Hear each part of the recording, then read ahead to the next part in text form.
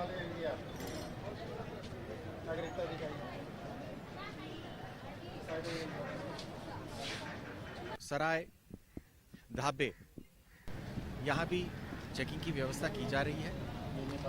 आवश्यकता अनुसार ड्रोन से भी एरियल सर्वेलेंस की जा रही है।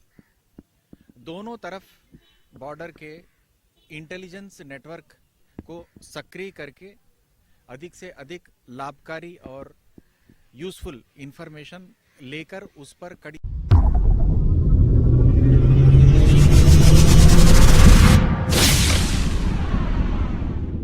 नमस्कार, मैं यशडी गिरी।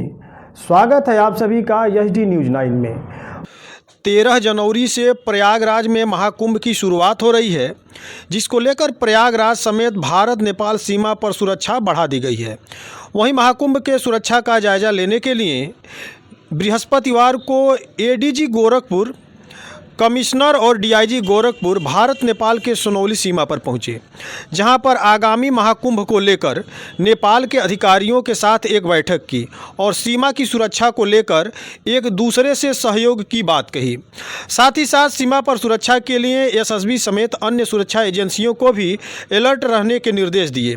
आपको बताते चलें कि प्रयागराज में महाकुंभ को लेकर उत्तर प्रदेश के डीजीपी प्रशांत कुमार ने भी भारत नेपाल सीमा पर पुलिस को एसएसबी के साथ समन्वयक बनाकर जांच करने के निर्देश दिए थे, जिसको लेकर भारत नेपाल सीमा पर एसएसबी और पुलिस के जवान मुस्तैद दिख रहे हैं और नेपाल से हर आने जाने वालों की सघन जांच और पेट्रोलिंग भी कर रहे हैं, जिससे कोई भी देश विरोधी तत्व नेपाल सीमा से भारत में प्रवेश न कर सके।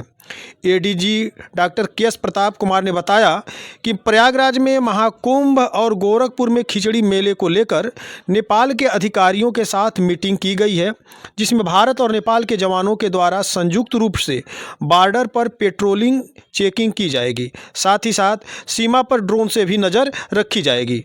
दोनों तरफ बॉर्डर के इंटेलिजेंस नेटवर्क को सक्रिय किया जाएगा, जिससे जानकारी एक दूसरे से हो सके। मुख्य उद्देश्य है कि इस महापर्व में जो श्रद्धालु हैं उनके आवागमन को सुगम करने के साथ ही सुरक्षा का भी चाक चौबंद व्यवस्था हो सके, ताकि किसी भी प्रकार का अप्रिय घटना न होने पाए। इंडो नेपाल बॉर्डर से रोहित कन्नौजिया की रिपोर्ट। आज border meeting Indo Nepal border में सुरक्षा और चौक चौबंद कराने के लिए आज बॉर्डर मीटिंग हुई है। नेपाल की तरफ से वहाँ के एसपी साहब आए हुए हैं, आर्म्ड पुलिस ऑफ नेपाल के कमांडेंट साहब भी आए हुए हैं और हमारी तरफ से कमिश्नर गोरखपुर मंडल अनिल डिंगरा साहब, हमारे डीआईजी रेंज आए हुए हैं और मैं एडीजी गोरखपुर यहाँ उपस्थित हैं। हमारे एसएसबी के हमारे साथी 22nd बटालियन और 66 बटालियन के कमांडेंट्स भी यहाँ आए हुए हैं।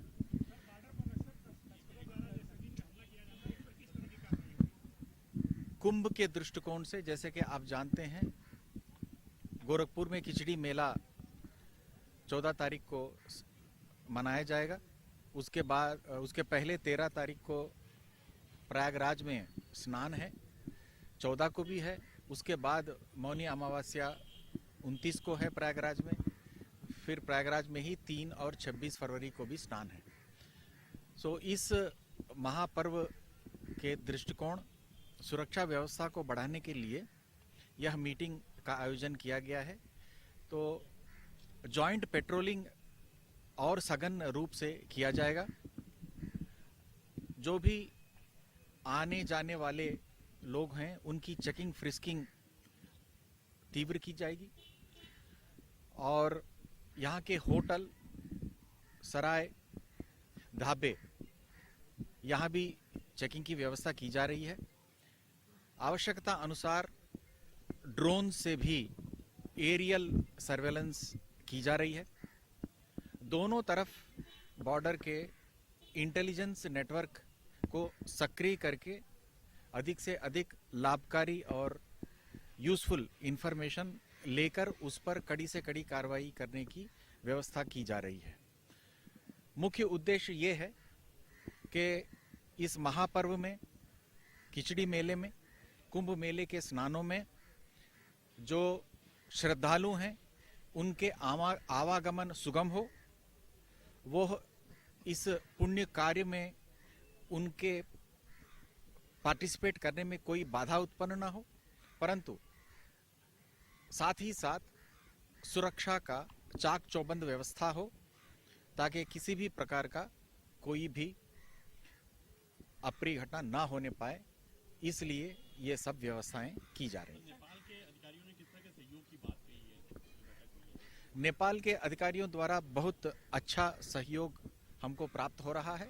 अभी जैसे कि आपने देखा है, वहाँ के राठौर साहब एसपी साहब आए हुए हैं, उनके आर्म्ड पुलिस के अधिकारी आए हुए हैं, उनके साथ हमारा जॉइंट पेट्रोलिंग की व्यवस्था की जा रही है और उन्होंने हमें आश्वस्त किया है कि आने वाले दिनों में ये चेकिंग फ्रिस्किंग भी तीव्र की जाएगी और होटल सराय वगैरह की चेकिंग भी की जाएगी और हमारे एसओ लेवल पर भी, सीओ लेवल पर भी और एसपी लेवल पर भी, डीएम साहब के लेवल पर भी ये निरंतर संपर्क स्थापित होगा और ये कंटिन्यूअस एक कम्युनिकेशन दोनों के बीच में, दोनों तरफ रहेगा, उच्च अधिकारियों के बीच में और निचले स्तर तक, ताकि किसी भी प्रकार का कोई डिसइंफॉर्मेशन की संभावना ना हो और सुगम रूप से यह त्यौहार सफल रूप से आयोजित हो सके। यदि आपको हमारा वीडियो पसंद आया हो तो आप हमारे फेसबुक पेज को फॉलो करें तथा यूट्यूब चैनल को लाइक, कमेंट, शेयर और सब्सक्राइब जरूर करें। मिलते हैं जल्द ही नई खबर और नई कहानी के साथ, तब तक के लिए जय हिंद।